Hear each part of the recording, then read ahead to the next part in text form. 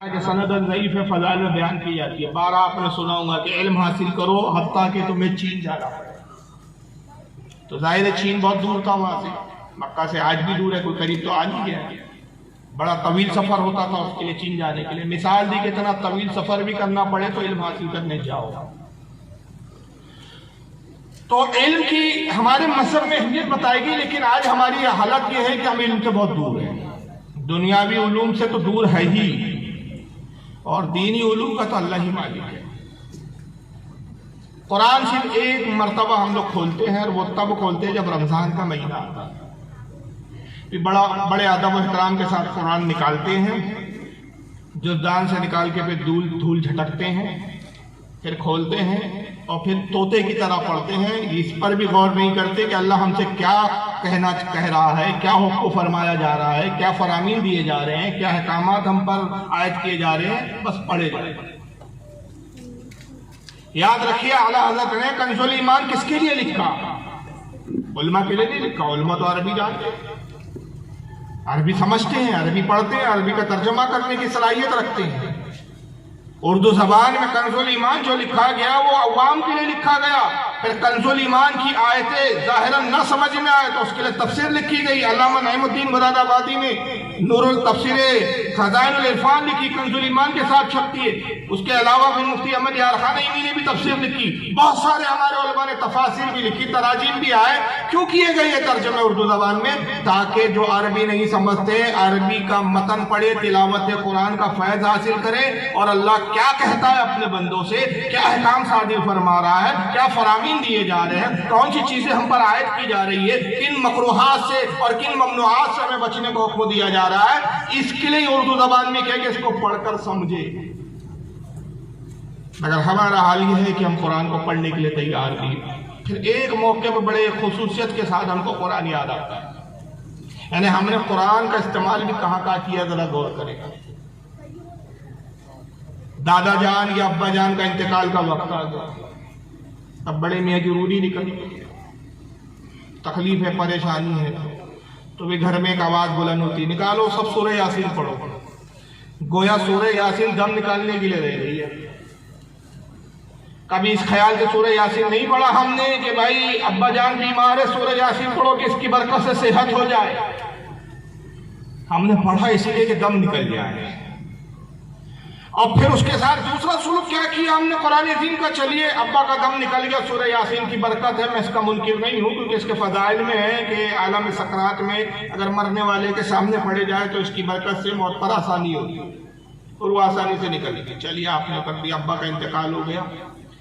پھر امام صاحب کے پاس آتے ہیں، وہ حضرت ابا کا انتقال ہو گیا، اب چہلم قریب ہے تو کیا کرنا ہے؟ مسجد میں ایک سترنجی دینا ہے اور قرآن کی پیٹی دینا ہے. اچھا ٹھیک ہے، لے آئیے بھائی صاحب، اب کیا کر سکتے ہیں، رسم بنی ہوئی ہے. قرآن کی پیٹی لائے، قرآن کی پیٹیوں کی تھپیاں لگی ہوئی ہے. وہ بیٹا خود نہیں پڑھے گا. ارے بھائی تو قرآن مسجد میں کیوں دے رہا ہے؟ تو اپنے گھر کا جو موجودہ قرآن ہے اس کو تو پڑھ کر احسان ثواب کیوں نہیں کرتا؟ تو بیٹے کا جواب ہوتا ہے نہیں مولوی صاحب، 1000 روپے تنخواہ، 10,000 روپے تنخواہ، 10 بھی بہت زیادہ بول رہا ہوں. ابھی تو ہمارے مولانا معراج کی تنخواہ سن کے میں حیران ہو گیا. 6,000 روپے تنخواہ، 6,000 روپے تنخواہ آپ کو دی اس لیے جا رہی ہے کہ آپ قرآن پڑھے. ابا صاحب نے جو پلاٹ چھوڑا ہے وہ میرا، جو گھر چھوڑا ہے وہ میرا، بینک بیلنس جو چھوڑا ہے وہ میرا. ثواب کا ذمہ آپ کا، جنت میں آپ پہنچائیں گے. مجھے توفیق نہیں ہے، میرے پاس تو ٹائم ہی نہیں ہے. ابا نے جو دکان چھوڑی وہ سنبھالوں تو قرآن پڑھوں. یہ سلوک کیا ہم نے قرآن کے ساتھ. پیٹیے کی پیٹیاں، تھپی کے تھپیاں لگی ہوئی ہیں، دھول میں اڑ گئی ہے وہ قرآن کی پاروں کی پیٹیاں. ہم سوچ رہے کہ بہت بڑا تیر مار لیا، بس ابا تو اب یہ پیٹی دیا، ادھر پیٹی مسجد میں آئی، ادھر ابا کا داخلہ جنت میں. یاد رکھیے دوسروں کا پڑھنا اور ہوتا ہے، خود کا پڑھنا اور ہوتا ہے. ایک روایت میں آتا ہے، حدیث پاک ہے، آقا فرماتے ہیں کہ بنی اسرائیل میں ایک ڈاکو تھا،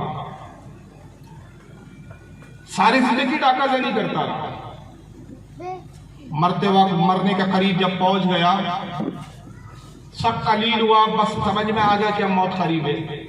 اتفاق سے اس کی بیوی حاملہ تھی اپنی بیوی کو بلایا، بیوی سے کہتا ہے کہ بیگم میری ایک وصیت سنو۔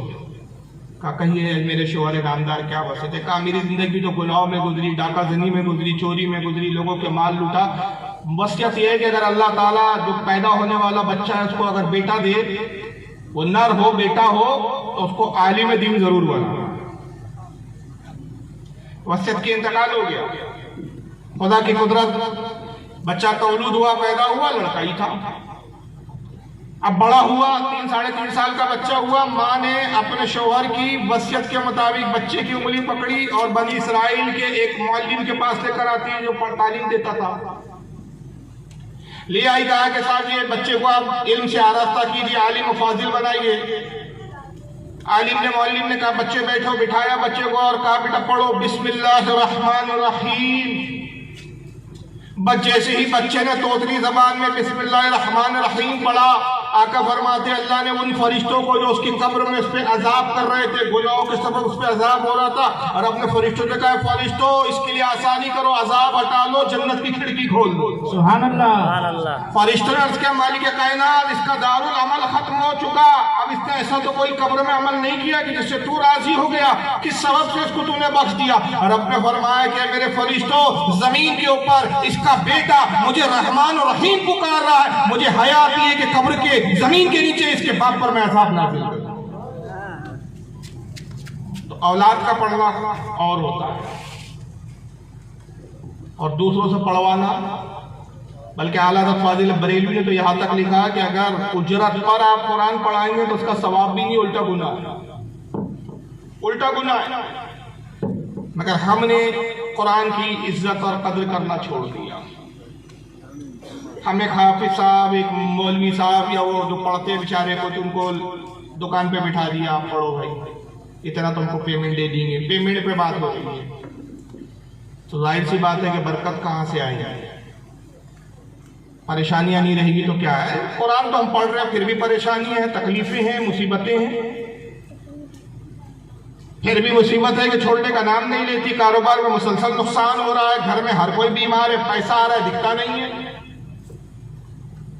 حالانکہ قرآن عظیم وہ عظیم کتاب، آقا فرماتے ہیں کہ جب کوئی پڑھتا ہے الف لام میم، حضور کہتے ہیں کہ ایک حروف نہیں ہے بلکہ 3 حروف ہے، اور جب بندہ الف کہتا ہے اللہ تعالیٰ 10 گناہوں کو مٹا دیتا ہے، 10 نیکیاں اس کے نام اعمال میں لکھ دی جاتی ہے۔ لام کہتا ہے 10 گناہ مٹا دیے جاتے ہیں، 10 نیکیاں بڑھا دی جاتی ہے۔ میم کہتا ہے 10 گناہ، الف لام میم پہ 30 گناہ مٹا دیے جاتے ہیں اور 30 نیکیاں اس کے نام اعمال میں لکھ دی جاتی ہے۔ اب الف لام 3 حروف ادا کیے تو یہ عالم ہے۔ اب پورا قرآن اگر پڑھیں، ایک پارہ پڑھیں، ایک سورت پڑھیں یا ایک رکوع پڑھیں روزانہ کا اس کا معمول بنا لے تو اندازہ لگائیے پھر برکتیں کیسے، کتنی برکتیں نازل ہوں گی، پھر اس گھر میں کیسے پریشانی ہو سکتی ہے۔ لیکن قرآن پڑھنے کی توفیق نہیں ہے۔ ڈاکٹر اقبال کے جملے میرے نہیں ہیں، اور قطع نظر اس پر کہ وہ جملے شرائط درست کہاں تک ہے، لیکن بات پہ ایک سچائی تو ضرور نظر آتی ہے۔ ڈاکٹر اقبال نے کہا کہ دنیا کی سب سے عظیم کتاب قرآن عظیم، اور دنیا کی سب سے مظلوم کتاب بھی قرآن عظیم۔ پوچھا گیا کہ دنیا کی مظلوم کتاب کیسے؟ کہا کہ یہ واحد وہ کتاب ہے، ساری کتابیں دنیا میں جو بھی پڑھی جاتی ہے سمجھ کے پڑھی جاتی ہے، یہ وہ کتاب ہے جو بے سمجھے پڑھی جاتی ہے۔ حالانکہ اگر نہیں سمجھتا اس پر بھی تلاوت کا ثواب ہے۔ ڈاکٹر اقبال کے اس جملے سے میں پوری طرح اتفاق نہیں رکھتا،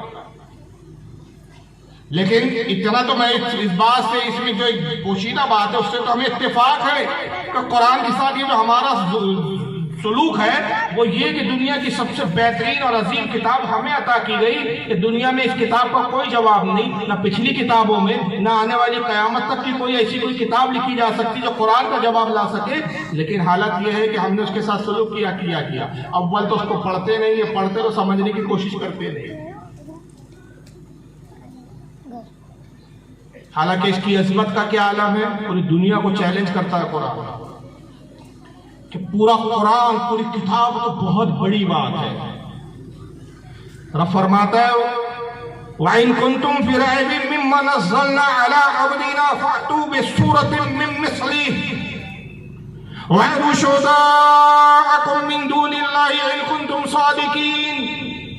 اے لوگوں تمہیں اس بات میں شک ہو کہ جو ہم نے اپنے خاص بندے یعنی محمد صلی اللہ علیہ وسلم پر نازل کیا یہ اللہ کی طرف سے نہیں ہے، اس میں اگر تمہیں شک ہو تو تم سب اللہ کو چھوڑ کر مل جاؤ، آپس میں سب ایک ہو جاؤ اور اس قرآن کی ایک سورت کی طرح ایک سورت بنا لے آؤ، ایک سورت لے آؤ اس کی طرح۔ یہ چیلنج کر رہا ہے اللہ کہ یہ ایسی بے مثال کتاب ہم نے اپنے محبوب پر نازل کی، اس کا جواب دنیا میں کوئی دے ہی نہیں سکتا۔ ظاہر ہے اللہ کا کلام ہے، کلام الہی کا جواب کیا مخلوق کیا دے؟ اور پھر خود ہی فرماتا ہے فَإِن لَّمْ تَفْعَلُوا وَلَن تَفْعَلُوا فَاتَّقُوا النَّارَ الَّتِي وَقُودُهَا النَّاسُ وَالْحِجَارَةُ وَأُعِدَّتْ لِلْكَافِرِينَ۔ اور اے محبوب جب وہ نہ لا سکے اور ہم پہلے سے ہی فرمائے دیتے ہیں کہ وہ ہرگز نہ لا سکیں گے، اس کا جواب نہیں لا سکتا کوئی، اور جب جواب نہیں لا سکتے تو آپ فرمائیے ڈرو اس آگ سے جس کا ایندھن انسان اور پتھر ہے اور اپنے کافروں کے لیے تیار کر رہا ہے۔ یہ آیت کریمہ نازل ہوئی، اس کے بہت سارے شان و نزول ہیں، اس کی تشریح میں تفسیر میں ایک واقعہ بڑا دلچسپ ہے۔ قرآن کا اور نبی کی پیغمبری کا سب سے بڑا اگر کوئی دشمن تھا عرب میں تو وہ تھا ابو جہل، اس لیے سرکار نے اس کو ابو حکم کہتے تھے اس کی قوم کے لوگ، لیکن اس کی جہالت اور نبی اور قرآن کے بکس کی بنیاد پر آقا نے کہا تو ابو حکم نہیں ابو جہل ہے، جاہلوں کا باپ ہے۔ دشمنان اسلام اور دشمنان رسول میں جو بڑے نام تھے عرب میں عتبہ، شیبہ، والد ابن مغیرہ، ابو سفیان، بہرحال ابو سفیان بعد میں ایمان لائے، باقی سب کفر میں مرے ابو سفیان کے علاوہ رضی اللہ عنہ۔ ایک مرتبہ سب بیٹھے ہوئے ایک جگہ، گفتگو ہو رہی آپس میں، عتبہ اپنا بھائی شیبہ سے سوال کرتا ہے کہ قرآن کا چیلنج آیا ہے کہ یہ اللہ کی طرف سے نہیں جو ہم نے اپنے محبوب خاص بندے پہ نازل کیا تو اس کی جیسی صورت لے آؤ۔ بھائی شیبہ تو کیا کہتا ہے؟ واقعی یہ محمد جو کہتا ہے یہ اللہ کی طرف سے نازل ہوتا ہے؟ کیا حقیقت ہے اس میں کہ اللہ کی طرف سے قرآن نازل ہوتا ہے؟ کیا کہتا ہے؟ شیبہ کہتا ہے کہ عتبہ میرے بھائی میرا خیال یہ ہے کہ یہ اللہ کا ہی کلام ہے، اگر اللہ کا کلام نہ ہوتا تو اب تک ہمارے آگے ادیب اور شعراء اس کا جواب دے چکے ہوتے۔ ہمارے شعراء عاجز ہیں، ہمارے ادیبوں کے قلم خشک ہو گئے، لیکن قرآن کی آیت تو چھوڑو، سورت تو چھوڑو، آیت کے ایک حرف کا جواب لانے سے بھی ہماری عقل اور قلم اور علم قاصر ہے۔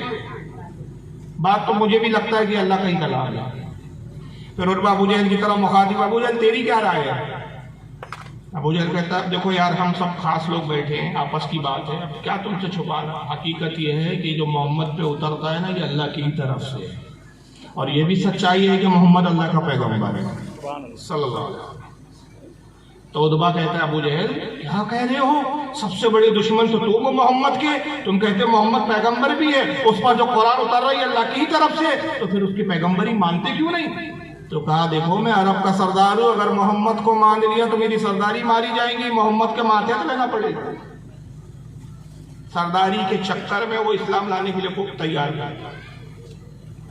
پھر ابو جہل ابو سفیان سے کہتا ہے ابو سفیان تو بھی تو دانا ہے، علم رکھتا ہے، شعور رکھتا ہے، کیا خیال ہے تیرا اس بارے میں جو گفتگو ہو رہی ہے؟ تو ابو سفیان کہتا ہے یعنی اس وقت تو خیر و کفر کی حالت میں تھے، شرک کی حالت میں تھے، بعد میں ساتھی ہوئے۔ تو ابو سفیان کہتے ہیں کہ جناب بھائی مجھے تو معاف کرو، اس معاملے میں بولنا نہیں چاہتا، مجھے تو ڈر ہے کہ اگر میں نے کچھ اپنی رائے زنی کی رائے دی تو یہ کنکریا بھی محمد کو میری بات بتا دی۔ بس یہ گفتگو ہو رہی ہے کہ آقا صلی اللہ علیہ وسلم کا گزار ہوتا ہے اور علم غیب کا جاننے والا غیب دان نبی کیا ارشاد فرماتا ہے؟ عتبہ تو کہتا ہے کہ محمد پہ جو اتارتا ہے وہ اللہ کی طرف سے، پھر بھی مانتا نہیں۔ شیبہ تجھے یقین ہے کہ اللہ کو مجھ پر کلام نازل کرتا ہے، پھر بھی تجھے یقین نہیں۔ اور ابو جہل تو مجھے پیغمبر بھی جانتا ہے، سرداری کا لالچ ہے، اور ابو سفیان تو کچھ کہیں گا نہیں ورنہ کنکریاں مجھے بتا دی۔ مگر تب بھی ایمان نہیں آیا۔ تو یہ قرآن کو اللہ کی کتاب سمجھتے تھے، عظیم کتاب سمجھتے تھے، لیکن تب بھی ناقدری کر رہے تھے۔ آج ہم الحمدللہ ایمان والے مسلمان ہیں، لیکن کیا نہ دانستہ طور پر ہمارا بھی عمل ان مشرکین کی طرح نہیں ہے کہ ہم قرآن کی قدر نہیں کر رہے ہیں؟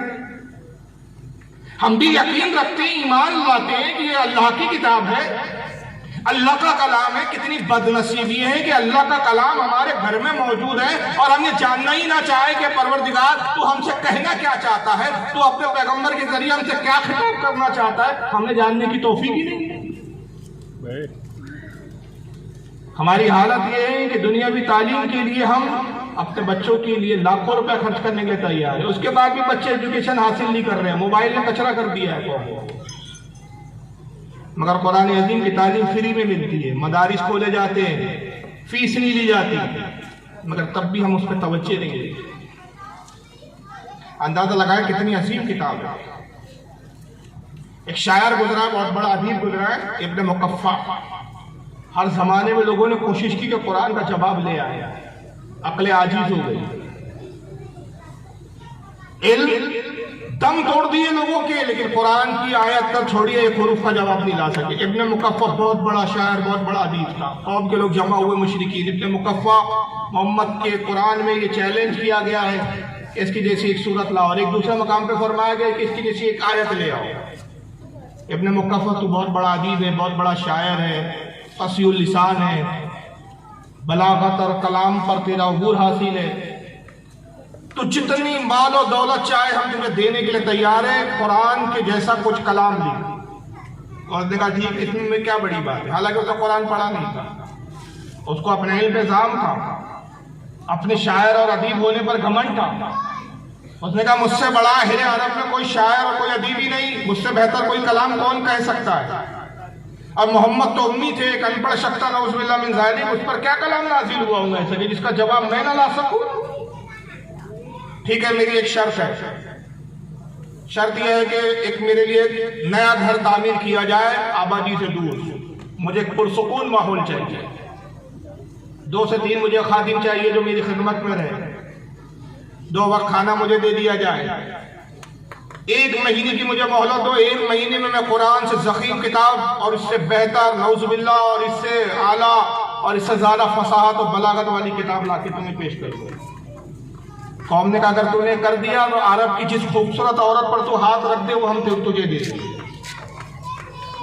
ہر قبیلہ تجھے اتنا مال دینا کہ عرب میں تجھ سے زیادہ کوئی امیر و کبیر نہیں ہو, اور اگر تو بادشاہ بننے کی خواہش رکھتا ہے تو ہم تجھے بادشاہ بھی تسلیم کر دیں, بس قرآن کا جواب ہو. اور اس نے کہا ٹھیک ہے. مکان تعمیر ہو گیا, خادم رکھ دیے گئے, ایسا اہتمام کیا گیا کہ کمرے سے لکڑی, اس کے نہانے کے انتظامات, اس کے حاجت کے انتظامات, یعنی میں آج کے لفظوں میں کہوں کہ اس دور میں attach bath room, attach toilet وغیرہ سب اس کو مہیا کرا دیے گئے. کاغذ, قلم, دوات, ہر چیز جو اس کی ضروریات کی تھی سب مہیا کرا دی گئی. اب یہ اہل عرب نے اس کا انتظام کیا, اس کو وہاں چھوڑا اور اس سے رخصت ہو کر چلے گئے. اب یہ لکھتا رہا, کچھ دنوں خادم جاتے تھے, کھانا دیتے تھے, کھانا کھاتا تھا, پلیٹ دے دیتا تھا, پلیٹ چلے جاتی تھی. کچھ دنوں کے بعد خادموں سے کہتا کہ میرے کمرے میں کوئی کھانا بھی نہ لے کر آئے, دروازے کی کھینڈ میں سے نیچے سے پلیٹ کھسکا دی جائے, کھا کر میں پلیٹ واپس کر دوں گا. کئی بار ایسا ہوتا ہے کہ میں کچھ سوچ رہا ہوتا ہوں, کچھ کلام ذہن میں آتا ہے کہ تبھی یہ پلیٹ لے کر خادم آتا ہے, اور اس وقت میرا ذہن منتشر ہوتا ہے اور وہ بات ذہن سے مس ہو جاتی ہے, لہذا مجھے اتنا بھی ڈسٹرب نہ کیا جائے. چلو خادم نے اس کی بات کو مان لیا تھا, پلیٹ جو ہے دروازے کے نیچے سے کھسکا دی جاتی تھی. کچھ دنوں تک پلیٹ اندر گئی, خالی پلیٹ واپس آتی تھی. اب ایک وقت یہ آیا کہ پلیٹ اندر جاتی تھی, خالی پلیٹ باہر ہی نہیں آتی. اللہ جانے کیا کرتا تھا, اندر کھاتا بھی تھا کہ نہیں کھاتا تھا, کچھ پتہ ہی نہیں. دن گزرتے رہے اور ایک ایک دن کا اہل عرب انتظار کرتے رہے کہ کہاں مہینہ پورا ہو اور کہاں ابن مقفع کے پاس جائیں اور وہ قرآن سے بڑی ضخیم فصاحت و بلاغت والی اور بہت ہی اہم کتاب, اعلیٰ کتاب لکھ کر دے, اور پھر ہم مسلمانوں کے بیچ جا کر کہے کہ یہ لو تمہارے قرآن کا جواب ہم لے آئے. 1 مہینہ جیسے تیسے گزرا, پوری قوم, پورے قبائل کے سردار اس گھر کی طرف جاتے ہیں اور پہنچتے ہیں, اور پھر دیکھا تو دروازہ بند ہے. انہوں نے دروازہ کھٹکھٹایا, اندر سے کوئی آواز نہیں آئی. خادموں کو بلایا, کیا بات ہے, ابن مقفع دروازہ کیوں نہیں کھول رہا؟ انہوں نے کہا بڑی عجیب بات ہے, کچھ دنوں تک تو کھانا بھی دیتے رہے, پھر کھانا بھی لانے سے منع کر دیا, پھر وہ پلیٹ ہم زمین نیچے سے کھسکا دیتے تھے دروازے کی کھینڈ سے تو واپس پلیٹ آ جاتی تھی. اب کئی روز سے پلیٹ بھی نہیں آ رہی ہے, نہ آواز آتی ہے, نہ چوچرا کی آواز ہے, نہ کوئی کچھ بھی. احساس ہی نہیں ہوتا کہ ابن مقفع زندہ ہے کہ مر گیا. اور اس نے ہمیں سخت تاکید کی، لہٰذا نہ ہم نے دروازہ کھٹکھٹانے کی ضرورت کی، نہ دروازہ توڑا، نہ اس کا حال دیکھا۔ اللہ جانے وہ زندہ ہے کہ مردہ ہم نہیں جانتے اندر کس کیفیت میں۔ سرداروں کا دروازہ توڑو، دروازہ توڑا گیا تو کیا دیکھتے اندر جا کے؟ دیوانے وار، دیوانوں کی شکلیں ہیں، داڑھی کے بال بڑھ چکے ہیں، سر کے بال بڑھ چکے ہیں، 1 مہینے سے کم وقت میں نہایا نہیں ہے، ناخن بڑھ چکے ہیں، ہاتھ میں قلم ہے، دواد ہے، کاغذوں کے انبار لگے ہیں اور کاغذ جیسے بس کچھ لکھا ہے موڑ کے پھینک دیا، لکھا ہے موڑ کے پھینک دیا۔ اب جب یہ عرب کے لوگ پہنچے سردار اس کا خیال بھی نہیں، دھیان بھی نہیں کہ کون آیا ہے کون کھڑے، وہ اپنے مگر میں پاگل پنے میں بڑبڑاتا ہے، پھر کچھ لکھتا ہے، پھر کاغذ کو موڑتا ہے، پھر پھینکتا ہے، پھر دوسرے کاغذ پہ کچھ لکھتا ہے، پھر موڑتا ہے، پھر پھینکتا ہے۔ وہ کاغذوں کا کچرے کا ایک پورے کمرے میں انبار لگا ہوا ہے۔ قوم کے سردار کا ہلایا، اتنے مکفہ ہوش میں آیا، کیا تو بے ہوش ہے؟ جب ہلایا ڈلایا پانی کے چھینٹے مارے ہوش میں آیا، کہاں ہے وہ کتاب جس کے لیے ہم آئے؟ کتاب کی بات کرتے ہو؟ 1 مہینے سے میں نے قرآن کی سہلے بسم اللہ الرحمن الرحیم پڑھا اور اس کا جواب لکھنے بیٹھا، 1 مہینہ ہو گیا میں بسم اللہ کی بے کا جواب نہیں لکھ سکا۔ ما ھذا کلام البشر، یہ کسی انسان کا کلام ہو ہی نہیں سکتا۔ سبحان اللہ، سبحان اللہ، بے شک۔ بڑے بڑوں کی عقل عاجز آ گئی قرآن کے ساتھ، بڑے بڑے عجیب، بڑے بڑے شعراء، بڑے بڑے علم کے جاننے والے ماہرین قرآن کی بسم اللہ کے بے کا جواب نہ لا سکتے۔ مگر اس کتاب کے ساتھ ہمارا کیا سلوک ہے؟ ہم نے کبھی یہ توفیق بھی نہیں ہوئی کہ ہم بسم اللہ کی تفسیر ہی کم از کم پڑھ لیں۔ یہ ہمارا پروردگار رحمان و رحیم ہے تو کیسا رحمان ہے اور کیسا رحیم ہے۔ جب ہم اس کی رحمت کی طرف متوجہ ہی نہیں ہیں تو وہ پھر ہم پر رحم کیوں کرے؟ پھر ہم پر رحمت کیوں نازل ہو؟ پھر کیوں نہ ظالمین ہم پر مسلط کر دیے جائیں کہ جب ہم نے اس کے فرامین کو پشے پشت ڈال دیا۔ تو آج ہماری پریشانی کی ایک وجہ یہ بھی ہے کہ ہم اپنے مذہب ہی کو صرف زبانی طور پر مانتے ہیں، عملی طور پر ہم اس پر عمل کرنے کے لیے تیار ہیں۔ اور آج یہی وجہ ہے کہ جب علم سے ہم دور ہوئے، پہلا علم ہم پر دین کا فرض تھا، پھر اس کے بعد دنیا۔ اعلیٰ حضرت فاضل بریلی فرماتے ہیں کہ اصل علم دین ہے اور دنیا کے جتنے علوم ہیں وہ علوم شریعہ اور علوم دینیہ کے خادم اور غلام ہیں۔ ہر علم جو ہے وہ دین کے علوم کا خادم ہے۔ فتح رضیہ میں جا کسی نے پوچھا اعلیٰ حضرت سے کہ کیا ذہن تھا اعلیٰ حضرت فاضل بریلی کا؟ حضور انگریزی زبان سیکھنا کیسا ہے؟ اعلیٰ فرماتے ہیں کہ انگریزی زبان اگر اس نیت سے سیکھے کہ اس زبان کے ذریعے میں دین کی خدمت کروں گا اور اس زبان کو بھی دین کے علوم کا خادم بناؤں گا تو اجر و ثواب پائے گا۔ تو ہر زبان سیکھنا چاہیے، ہر علوم کی طرف جانا چاہیے، لیکن پہلے دین کے علوم کی طرف۔ اور جب علوم سے ہم بے بہرا ہوئے تو آج ہماری پوزیشن کیا ہو گئی؟ دنیا نے ہماری قدر اور قیمت کو چھوڑ دیا۔ ورنہ جتنے سائنٹسٹ پیدا ہوئے ہیں وہ مسلمانوں میں ہوئے، جتنے بڑے بڑے طبیب اور ڈاکٹر پیدا ہوئے ہیں مسلمانوں میں ہوئے۔ نئی نئی ایجادات سے اگر دنیا کو کسی نے متعارف کروایا ہے تو وہ مسلمان ہے۔ یہ گھڑی جو آج ہاتھ میں پہنتے ہیں یہ مسلمانوں کی دین ہے۔ دنیا گھڑی نہیں جانتی تھی، وقت کو 12 گھنٹوں میں اگر کسی نے تقسیم کیا ہے یہ مسلمان۔ الجبرا اور میتھمیٹکس میں اگر کسی نے سب سے پہلے اشاریہ دیا جس کو پوائنٹ کہتے ہیں، پوائنٹ اگر ہٹا دیا جائے تو الجبرا لنگڑا اور لولا ہو جائے، کوئی فارمولا آگے نہ بڑھ سکے، اشاریہ دینے والے یہ مسلمان ہیں۔ اگر کسی نے سرجری دنیا سے سرجری سے واقف کرایا تو وہ مسلمان ہے۔ میڈیکل سرجری ہوتی ہے نا، یہ سرجری دینے والے مسلمان۔ اگر میں مسلم سائنسدانوں پہ بات کروں تو بڑی طویل گفتگو ہو جائے، میرا بہت فیوریٹ ٹاپک رہا ہے۔ اگر آپ کو اس پہ سننا ہے تو صرف ایک بیان میرا انٹرنیٹ پہ ڈلا ہوا ہے، سن لیجئے۔ اس کا نام ہے Imam Jafar Sadiq, a genius of modern science. Imam Jafar صادق اپنے وقت کے کتنے بڑے سائنٹسٹ تھے، کتنے بڑے سائنسداں تھے، اور انہوں نے سائنس کے جو اصول دیے آج ان اصولوں پہ سائنس ترقی کر رہا ہے۔ آج ان اصولوں پر سائنس نے بنیادیں بنائی ہے. آج اگر چاند پہ کوئی گیا ہے تو اس نظریے کو اور اس کی بنیاد رکھنے والے امام جعفر صادق ہے. اگر گیلیلیو نے سب سے پہلے دوربین ایجاد کی، گیلیلیو سے پوچھا گیا کہ تم نے دوربین کیسے بنائی، یہ تمہیں خیال کہاں سے آیا؟ کہا اس نے، وہ کہتا ہے مسلمانوں کا ایک امام گزرا ہے جس کو دنیا امام جعفر صادق کہتی ہے، میں نے ان کا ایک نظریہ پڑھا. انہوں نے کہا اس سے پہلے دنیا کا نظریہ یہ تھا کہ آنکھ سے روشنی جو ہے نکلتی ہے، چیزوں پہ پڑتی ہے تو چیز ہمیں نظر آتی ہے.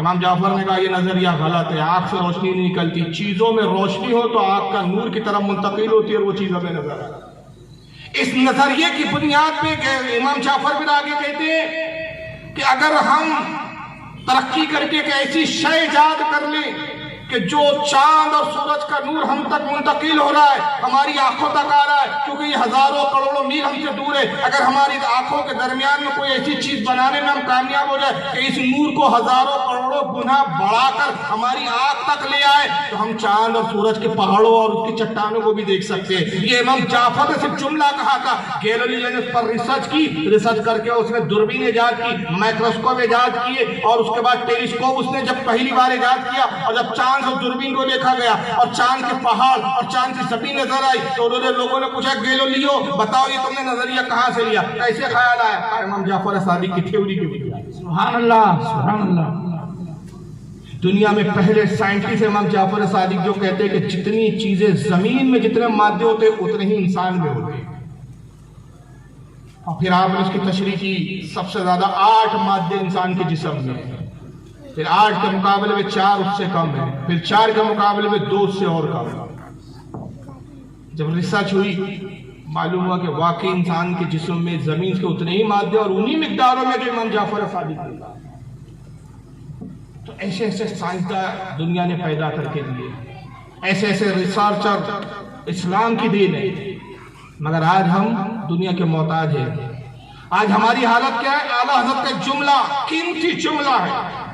یہ جملہ میں بڑا بہت دیر تک سوچتا رہا، اور میں نے جو میرے ساتھ کچھ دوستوں اور احبابوں سے کہا کہ اگر موقع ملا اللہ نے چاہا صرف ایک جملے پہ میں چاہتا ہوں کہ پوری تقریر ہو جائے اس پر.